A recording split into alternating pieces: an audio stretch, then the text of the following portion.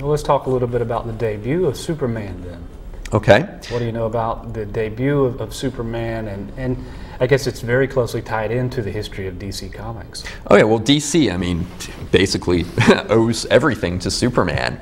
Okay, Jerry Siegel and Joseph Schuster, they were two kids who met in Cleveland. They were in high school. I believe they were about 15 when they met. And basically Siegel was a writer, Schuster an artist, and they decided to do comic strips and science fiction. They did a series of fanzines, early science fiction fanzines, if not the first, and eventually wanted to draw comic books for a living. Well, comic strips, I should say, let me rephrase that. And Superman was an idea that went through two different incarnations before the one we know today. The first one was in a story called Reign of the Supermen, where the Superman is a mentally evolved villain who uses mind control and so forth. The second incarnation was an action hero, which was actually a comic book, of which only the splash page survives. He looked a lot like Doc Savage, who was an old pulp hero back in the day, who was just like a superhuman. This Superman was, you know, shirtless and muscular and had black hair with a shock of white going right around there. That didn't fly, it was rejected. In a fit of rage, Schuster apparently threw it into the fireplace, and Siegel rushed and caught the one. I don't know if it's true or not, but again, it makes a damn good story. Their third version was a comic strip, which was basically shopped around and rejected. It eventually came to the attention of DC through a few different people, Vince Sullivan, and there's Gaines, and also Shelley Mayer. Shelley Mayer, who's an editor at DC, apparently really pushed Vince Sullivan, who was then editor of Action Comics, to publish Superman.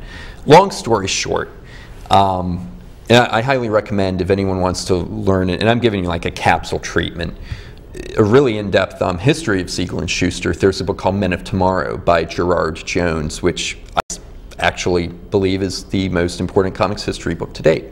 Anyways, the comic strip was bought for a mere pittance, and Siegel and Schuster had to reformat it into comic book format. Came out in Action Comics #1. Superman was on the cover. Apparently it was an overnight sensation. Sales figures, of course, did take some time to come in, but eventually Superman was the cover star, and it prompted DC Comics to want another superhero.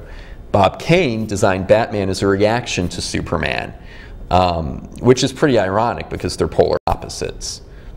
But Superman has been credited as the first superhero, which kind of launched a flurry of imitators and contemporaries from there on. Well, I know we mentioned him a little bit earlier, and this history is absolutely fascinating to me about the history of comics. And it sounds like we're talking about the early years of Marvel and DC. One name stands out, the editor Joe Simon, who we touched on early in the interview. What do you know about him? Simon's a character. I've talked to him a few times. Simon was brilliant. You know, he was part of one half of Simon and Kirby. Kirby was the heart and Simon was the mind. He was the businessman, very shrewd, and but that's what made, I think, Simon and Kirby work. They were such a great team that they actually received credit back in the 1940s, and they were a selling point. When they went over to DC Comics to do Newsboy Legion, Sandman, quite a few other things, they were actually credited as the Simon and Kirby team coming to DC in house ads. They were, you could say, the first, or amongst the first celebrities. After, you know, World War II and the comics market started to kind of decline, they later went ahead and did, they created the romance genre because superheroes had gone bust with Young Romance #1, which then started female readers in comics. Simon was a genius, flat out. He left comics by, I'd say, the 1960s, but he was a visionary and a genius, and I don't feel like he gets enough credit. I think Kirby deserves every iota of credit he gets, but I think Simon deserves a little bit more. Now, how about Martin Goodman, who was really one of the founding fathers of what became Marvel? Goodman, Goodman was a character as well. I mean, that's the beauty of the golden age of comics, is all of these people have become romanticized over the years with their stories. Goodman, long story short, with Goodman, he sold Marvel Comics in the 1970s to Cadence Industries, and basically wanted Cadence, who now owned Marvel, to place his son Chip as editor-in-chief. They didn't, so Goodman started Atlas Comics and actually hired people away from Marvel in an attempt to basically compete with Marvel. Goodman was more of a businessman. I think that the fact that Stan was his nephew, I imagine, probably helped in Stan creating Fantastic Four and, you know, all of these other great characters. Well, the X-Men weren't successful at first, but of course Spider-Man. I often wonder if Stan wasn't related to Goodman, if we really would have seen this fly. That's interesting. Well, we're coming up on about a minute and a half here, and I want to remind folks again that our guest is Christopher Irving, and his book here is Blue Beetle, or the Blue Beetle Companion, I should say. So what have you got coming up in the next, say, 6 to 12 months? Wow. Well, I will be doing more for Comic Book Artist magazine. I will have a big announcement, hopefully within 2 months. I can't really say it now, but it does include finding a new home for my series, which I called Comics Introspective, which I started at my previous publisher. The first volume on cartoonist Peter Bagg came out 2 months ago, and there were future volumes to be done, but basically I'm taking them to another publisher that I feel would be a better fit.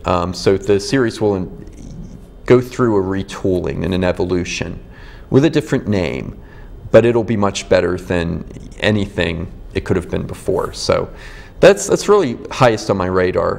Plus, I just signed a contract to do a book on old movie serials based off comic books. That'll be for Hermes Press.